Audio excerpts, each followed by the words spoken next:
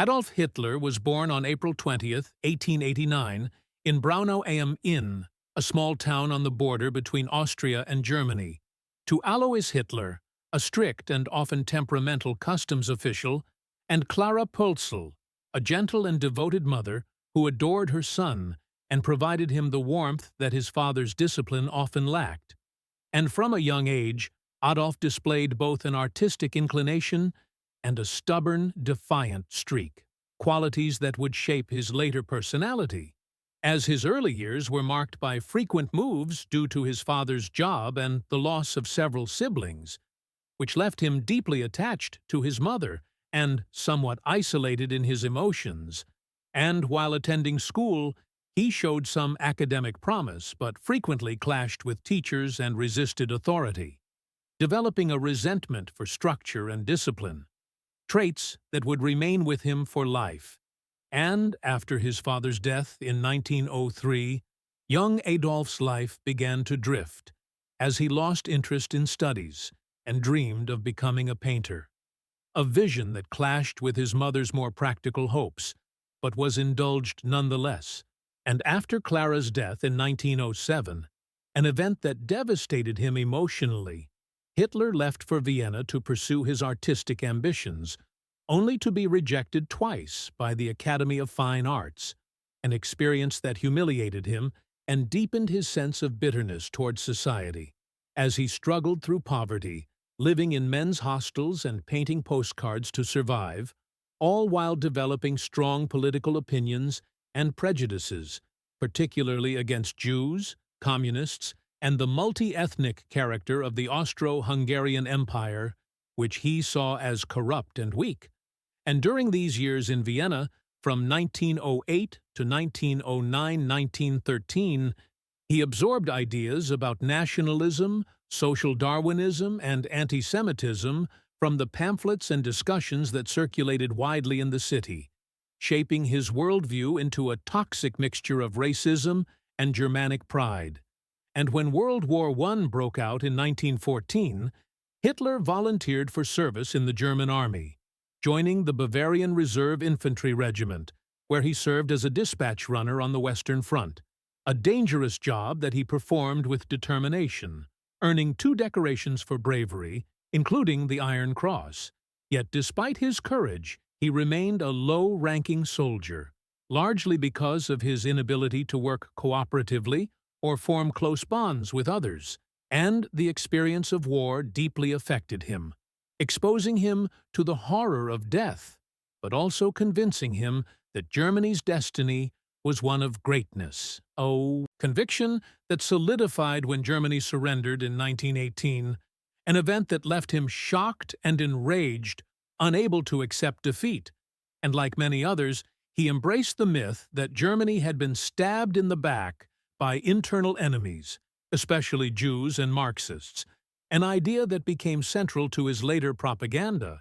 And after the war, disillusioned and unemployed, he returned to Munich, where he joined a small nationalist political group called the German Workers' Party in 1919, quickly rising to prominence because of his fiery speeches and magnetic personality. And through his oratory, he drew attention to his belief that Germany's problems could only be solved through unity, racial purity, and strong leadership, transforming the small party into the National Socialist German Workers' Party,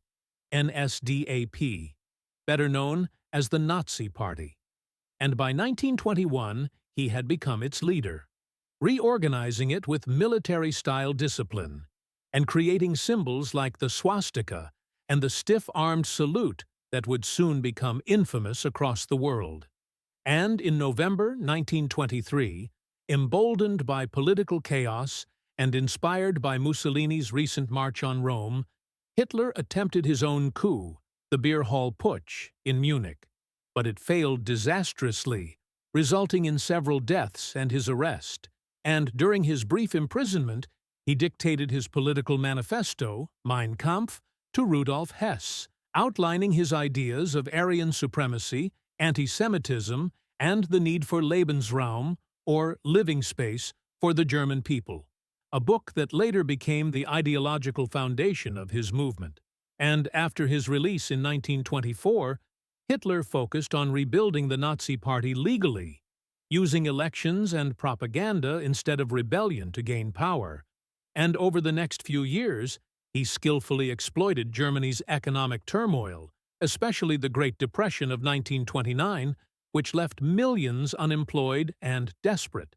presenting himself as the nation's savior and the only man capable of restoring pride and order, while simultaneously building alliances with industrialists, conservatives, and the military elite, all of whom believed they could control him once in office. But they underestimated his ambition and political cunning, and by January 1933, Adolf Hitler was appointed Chancellor of Germany by President Paul von Hindenburg, a move that marked the beginning of one of the darkest chapters in human history, as within months he dismantled democratic institutions, consolidated power, and established a totalitarian regime under the Nazi Party, using both terror and propaganda to suppress opposition. And after the Reichstag fire in February 1933, he passed the Enabling Act, which granted him dictatorial powers, transforming Germany into a one-party state, while the Gestapo, the SS, and concentration camps were used to silence critics and instill fear across the nation.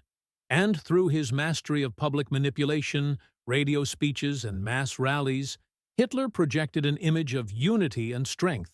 convincing millions that he was the embodiment of Germany's rebirth, even as he began systematically persecuting Jews, political opponents, and anyone deemed undesirable. As Hitler solidified control over Germany, he moved swiftly to reshape the nation according to his ideological vision, initiating massive public works projects like the Autobahn to reduce unemployment while secretly rearming in violation of the Treaty of Versailles, and he targeted the youth through indoctrination programs such as the Hitler Youth, ensuring loyalty to the regime from an early age, while the Nuremberg Laws of 1935 institutionalized racial discrimination, stripping Jews of citizenship and forbidding marriage between Jews and non-Jews, setting the stage for persecution that would grow ever more brutal. And in March 1936, he remilitarized the Rhineland, testing the resolve of France and Britain, who did nothing in response, emboldening him further. And by 1938, he orchestrated the annexation of Austria, known as the Anschluss, greeted by cheering crowds that seemed to confirm his belief that he was destined to unite all German-speaking peoples under one Reich. And later that same year, he turned his attention to Czechoslovakia, demanding the Sudetenland region, which Britain and France, desperate to avoid war, handed to him at the Munich Conference in September 1938. A moment that marked the height of appeasement, yet Hitler's ambitions did not stop there, and by March 1939, his forces occupied the rest of Czechoslovakia, revealing his true expansionist aims. And as he prepared for his next move against Poland, he secured a non-aggression pact with Joseph Stalin's Soviet Union, shocking the world since the two ideologies were sworn enemies. But the agreement, signed in August 1939, ensured that Germany could attack Poland without fear of Soviet interference. And on September 1, 1939, German troops invaded Poland, using a new military strategy called Blitzkrieg, or lightning war, combining speed, tanks, and air power for devastating effect. And 2 days later, Britain and France declared war on Germany, beginning World War II. And in the early years of the conflict, Hitler's forces achieved astonishing success, conquering much of Europe in quick succession. Denmark, Norway, the Netherlands, Belgium, and France fell between 1940 and 1941, leaving Britain standing alone, yet refusing to surrender despite relentless air raids known as the Blitz, and Hitler's decision to attack the Soviet Union in June 1941 under Operation Barbarossa marked a turning point, as the initial advance was massive, but the campaign bogged down in the brutal Russian winter, revealing the limits of his military ambition, and during this time, the regime began implementing the final solution, the systematic extermination of Europe's Jews, an atrocity that would later be known as the Holocaust, carried out through mass shootings, ghettos, and extermination camps like Auschwitz and Treblinka, where millions were murdered. And while propaganda continued to present Hitler as a near-divine leader, guiding Germany to glory, behind the scenes his decisions became increasingly erratic, influenced by isolation, paranoia, and physical decline. And as 1942 turned to 1943, the war began to turn against Germany after catastrophic losses at Stalingrad, where the Sixth Army was encircled and destroyed, shattering the myth of German invincibility. While in North Africa, the Allies pushed Axis forces back under the leadership of generals like Montgomery and Eisenhower, leading to the invasion of Italy in 1943 and Mussolini's downfall, events that deeply frustrated Hitler, who clung desperately to his vision of victory even as his military advisors urged retreat, and in 1944, facing invasion from the West, Hitler fortified the French coast with what he called the Atlantic Wall. Yet on June 6, 1944, D-Day, Allied forces successfully landed in Normandy, opening a second front that Germany could not withstand, while in the east, Soviet armies advanced relentlessly, pushing toward Berlin, and within Germany, opposition to Hitler began to surface even among his own officers, culminating in the July 20, 1944 assassination attempt led by Colonel Klaus von Stauffenberg, which failed but shook Hitler deeply, leading to brutal reprisals as he ordered thousands executed, further tightening his grip on a crumbling empire. And by early 1945, Germany was collapsing on all fronts. Its cities in ruins from Allied bombing, its armies shattered, and its people exhausted. Yet Hitler refused to surrender, retreating, instead, into his underground bunker in Berlin, where he lived in a surreal isolation, issuing impossible orders to armies that no longer existed, as Soviet troops encircled the city, and while he ranted about betrayal and destiny, his once feared voice trembled with the realization that his empire was finished. And on April 30, 1945, Adolf Hitler took his own life alongside Eva Braun, his longtime companion whom he had married just hours earlier, ending a life that had begun in humble obscurity and ended in devastation, leaving behind a legacy of destruction, war, and genocide that scarred humanity forever. And after his death, Germany surrendered unconditionally on May 8, 1945,